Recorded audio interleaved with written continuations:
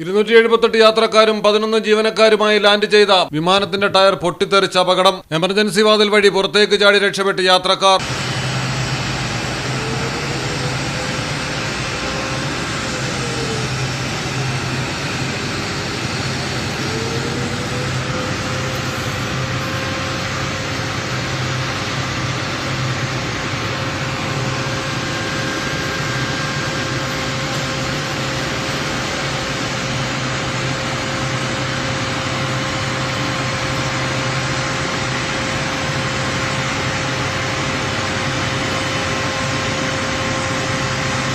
നേപ്പാളിലാണ് അപകടം നടന്നത്. ത്രിഭുവൻ അന്താരാഷ്ട്ര വിമാനത്താവളത്തിൽ ലാൻഡ് ചെയ്ത ടർക്കിഷ് എയർലൈൻസ് വിമാനത്തിന്റെ വലതുഭാഗത്തെ ടയറുകളാണ് നിലത്ത് തൊട്ടതോടെ പുകയുയർന്ന് പൊട്ടിത്തെറിച്ച് തീപിടിച്ചത്.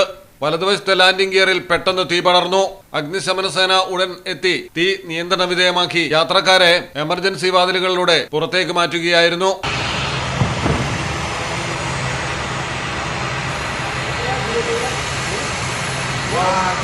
ഇസ്തംബൂളിൽ നിന്നെത്തിയ വിമാനത്തിൽ ഐക്യരാഷ്ട്രസഭയിലെ ഉന്നത ഉദ്യോഗസ്ഥരും ഉണ്ടായിരുന്നു.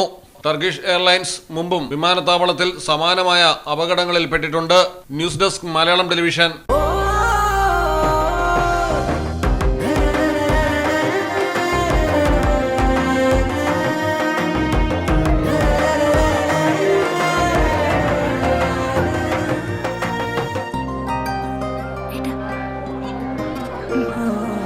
എല്ലാരും പറയുന്നു ഡിഫറെന്റ് ആയിട്ടുണ്ട്, നല്ല ഭംഗിയുണ്ടെന്നൊക്കെ.